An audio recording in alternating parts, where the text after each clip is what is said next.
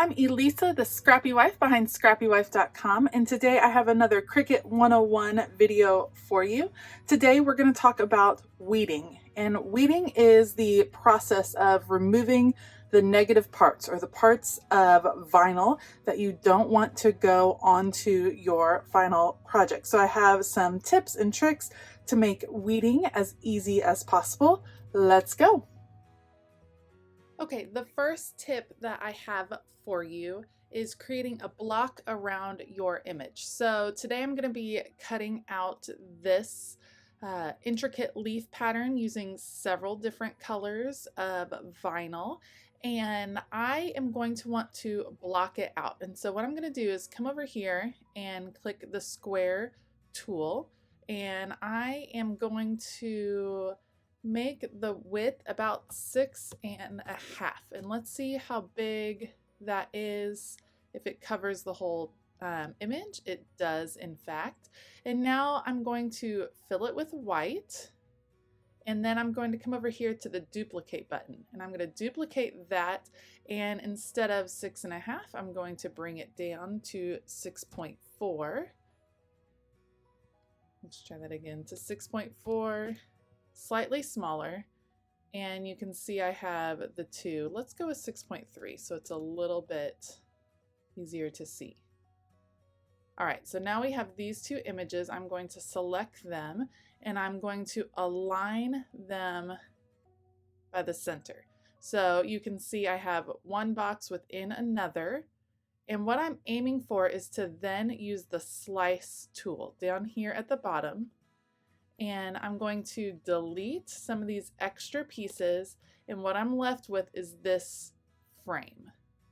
And that frame is going to be important because I want to frame out each color. This just makes it easier to weed in the end because I can more easily focus in on my image, and I will end up saving vinyl. So what I'm going to do is actually take this particular box, I'm going to move it back over, and I'm going to fill it with each color that is being used. So I have that color, I'm going to duplicate it. Now I'm going to come to this color. It's very handy that the design space actually shows you what colors, all the colors that are being used in your project. Now I'm coming to this color, we'll duplicate it again. We want all of the colors that are being used in the project. Duplicate it again. And the last color. All right, so now I have all of my boxes. I'm going to select them. I'm going to align them so that they all line up on top of each other. They're all still there. They're just lined up on top of each other. I will group them, and I will move them right over here. Okay, so you can see my project's framed. All right, we are not quite done yet because when I come over to make it, you can see that it has sorted these out, and I want those squares to be attached to where my weeding will be. So I'm going to press cancel right there. Okay. Here's how I'm going to attach the squares to the correct color in the leaf pattern. First thing I'm going to want to do is ungroup the different sections. So I've ungrouped my boxes, and now I'm ungrouping my mandalas. So they are all separate cuts. You can see them all listed out over here. They are not grouped at all. Then I'm going to match the colors. So we will pick the yellow leaf and the yellow box. I just held down the shift key to select both of them, and then I'm going to hit the attach button.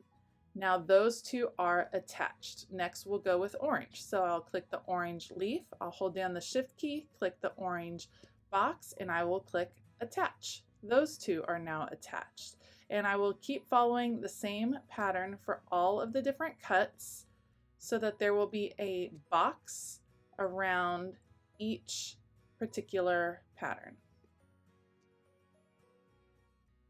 Now that all of that is done, when I click make it, we are back over here to the 5 mats. You can see each one has the box around it, so it makes it super easy to pull out that negative space. All right, I'm gonna cut and then share some other tips with you.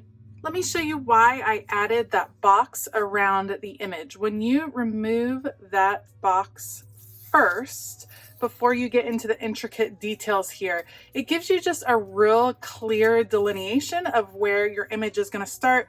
Makes it very easy to cut off this outer edge, and that way you're not wasting any vinyl, which can start to be expensive. It's a little bit easier to work with smaller chunks of vinyl instead of trying to pull off this whole sheet at once.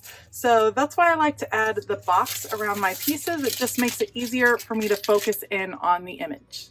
Okay, my next tip is to make sure that you have the right tools for weeding. Cricut offers several different ones.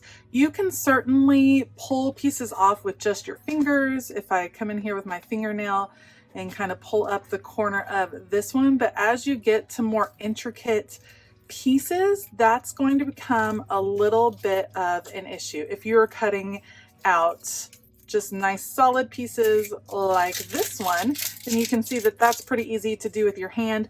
But as you are getting to the more intricate ones that I'll show you in a minute, you're going to want some of the finer tools. And let me show you what I mean.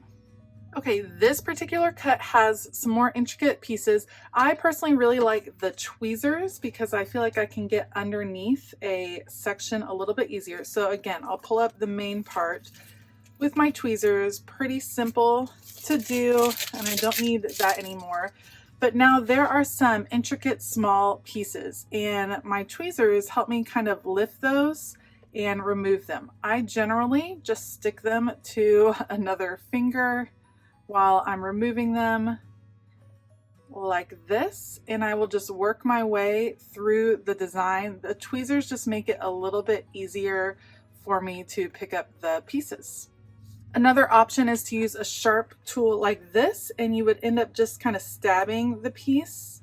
But again, for me, that makes it a little bit harder. I stab it and pick it up, but I have a little bit easier time with the tweezers. So that's a personal preference thing, whatever you prefer. Sometimes it can be easy to get and stab those little pieces out, and then sometimes the tweezers make it easier. So I like to have both on hand, just depending on what is working for that project.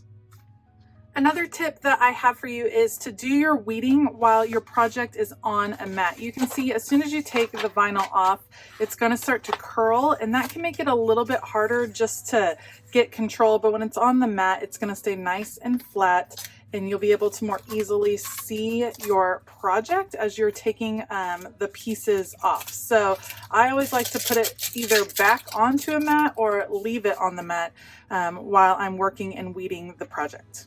The last tip I have for you when it comes to weeding your vinyl projects is to be patient. It can be a little tedious, especially in intricate projects like this, but once you've done it and you have your final product, you will be super pleased.